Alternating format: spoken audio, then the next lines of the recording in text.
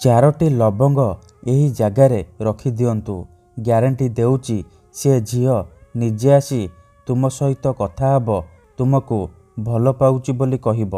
ହଁ ଫ୍ରେଣ୍ଡସ୍, ଯଦି ଆପଣ କେଉଁ ଝିଅକୁ ମନେ ମନେ ଭଲ ପାଉଛନ୍ତି କିନ୍ତୁ ଯେତେ ଚେଷ୍ଟା କଲେ ମଧ୍ୟ ତାକୁ ପଟେଇ ପାରୁନାହାନ୍ତି, ତା ପଛରେ ଗୋଡ଼େଇ ଗୋଡ଼େଇ ଥକିଗଲେଣି, ହେଲେ ସେ ଝିଅ ଆପଣଙ୍କୁ ଭାव ଦେଉନି, ଆପଣଙ୍କୁ ଦେଖିଲେ ଅଣଦେଖା କରୁଛି, ଆଉ ଆପଣ ଚାହୁଁଛନ୍ତି କି ସେ ଝିଅ ନିଜେ ଆସି ଆପଣଙ୍କୁ ଭଲ ପାଉଛି ବୋଲି କହୁ, ଆପଣଙ୍କର ସବୁ ଇଚ୍ଛା ପୂରଣ କରୁ, ତେବେ ଆଜିର ଏହି ଭିଡ଼ିଓଟି ଆପଣଙ୍କର କାମରେ ଆସିବ।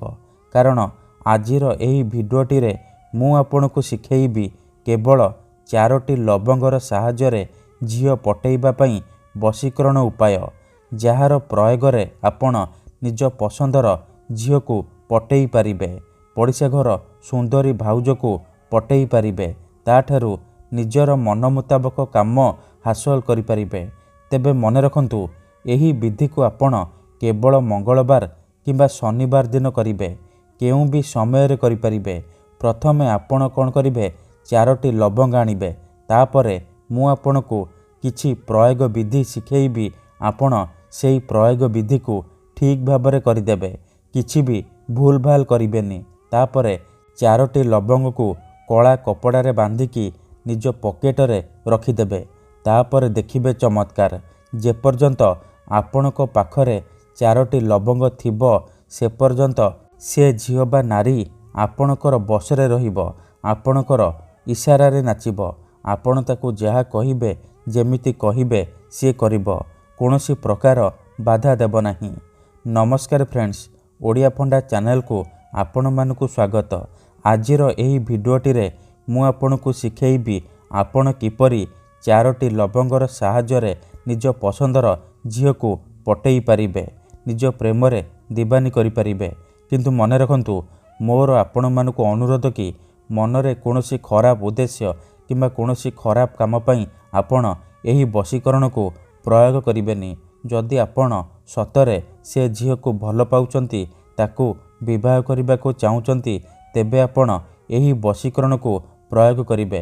ଅନ୍ୟଥା ମନରେ କୌଣସି ଖରାପ ଉଦ୍ଦେଶ୍ୟ କିମ୍ବା କୌଣସି ଖରାପ କାମ ପାଇଁ ଆପଣ ଏହି ବଶୀକରଣକୁ ପ୍ରୟୋଗ କରିବେନି। କାହିଁକି ନା 4ଟି ଲବଙ୍ଗର ଏହି ବଶୀକରଣ ଏତେ ଶକ୍ତିଶାଳୀ କି ଯିଏ ବି ଏହାକୁ କରିଛି ସଫଳ ହେଇଛି। ବର୍ଷ ବର୍ଷ ଧରି ଭାଙ୍ଗି ଯାଇଥିବା ପୁରୁଣା ପ୍ରେମକୁ ଫେରାଇ ଆଣିପାରିଛି।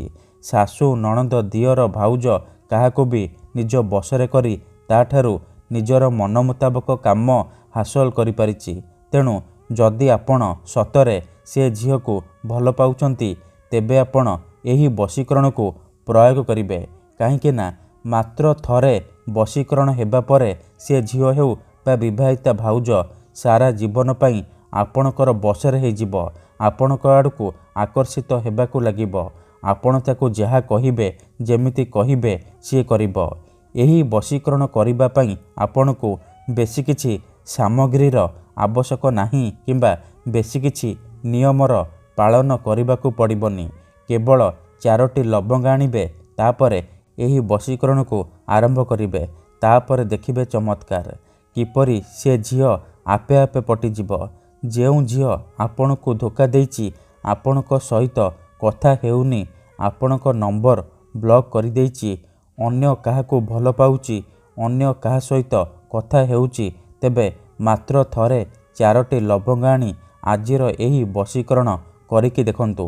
ଗ୍ୟାରେଣ୍ଟି ଦେଉଛି ସେ ଝିଅ ଯେତେ ଦୂରରେ ଥିଲେ ମଧ୍ୟ ରାତିଦିନ ଆପଣଙ୍କ କଥା ଭାବିବ, ନିଜେ ଆସିବ, ଆପଣଙ୍କର ପାଦ ତଳେ ପଡ଼ିବ, ଆପଣଙ୍କୁ ଭଲ ପାଉଛି ବୋଲି କହିବ। ତେବେ ଏହି ବିଧିକୁ ଆପଣ କିପରି କରିବେ ମୁଁ ଆପଣଙ୍କୁ ଶିଖେଇବି। ସମ୍ପୂର୍ଣ୍ଣ ପ୍ରୟୋଗ ବିଧି ଠିକ୍ ଭାବରେ ଶିଖେଇବି।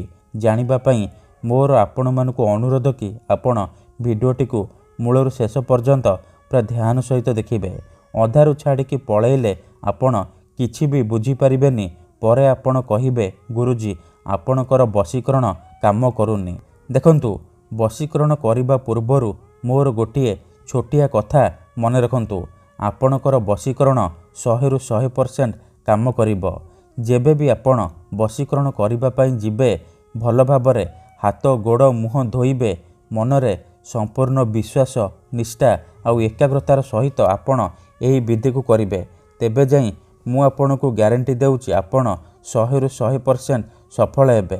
ତେବେ ମନେ ରଖନ୍ତୁ, ଧ୍ୟାନ ସହିତ ଶୁଣନ୍ତୁ। ମଙ୍ଗଳବାର କିମ୍ବା ଶନିବାର ଦିନ ଆପଣ 4ଟି ଲବଙ୍ଗ ଆଣିବେ। ତାପରେ କୌଣସି ଏକ ଜାଗାରେ ଚୁପଚାପ ବସି ପଡ଼ିବେ। ତାପରେ 4ଟି ଲବଙ୍ଗକୁ ଡାହାଣ ହାତରେ ମୁଠେଇକି ଧରିବେ ଆଉ ଆଖି ବନ୍ଦ କରିକି ସେଇ ଝିଅ ବା ମହିଳାକୁ ମନେ ମନେ ଭାବିବେ। ତାର ମୁହଁକୁ ନିଜ ମନରେ ଭାବିବେ। ତାପରେ ମୁଁ ଆପଣଙ୍କୁ ଗୋଟିଏ ମନ୍ତ୍ର କହୁଛି। ଏହି ମନ୍ତ୍ରକୁ ଆପଣ 3 ଥର ପଢ଼ିଦେବେ। ଓମ୍ ହ୍ରିଂ କ୍ରିଂ ଆମୁକଂ ବଶୀଭୂତାୟ ଫଟ୍ ସ୍ୱାହା। ଏହି ମନ୍ତ୍ରକୁ ଆପଣ 3 ଥର ପଢ଼ିବେ।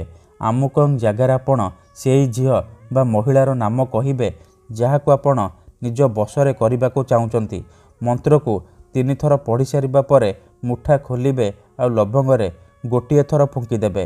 ଏତିକି କରିସାରିବା ପରେ ସେ 4ଟି ଲବଙ୍ଗକୁ କଳା କପଡ଼ାରେ ବାନ୍ଧିକି ନିଜ ପକେଟରେ କିମ୍ବା ମନି ପର୍ସରେ ରଖିଦେବେ। ଯେପର୍ଯ୍ୟନ୍ତ ଆପଣଙ୍କ ପାଖରେ ସେ 4ଟି ଲବଙ୍ଗ ଥିବ, ସେ ଝିଅ ହେଉ ବା ବିବାହିତା ଭାଉଜ ଆପଣଙ୍କର ବଶରେ ରହିବ। ଆପଣଙ୍କର ସବୁ ଇଚ୍ଛା ପୂରଣ କରିବ। ଧନ୍ୟବାଦ।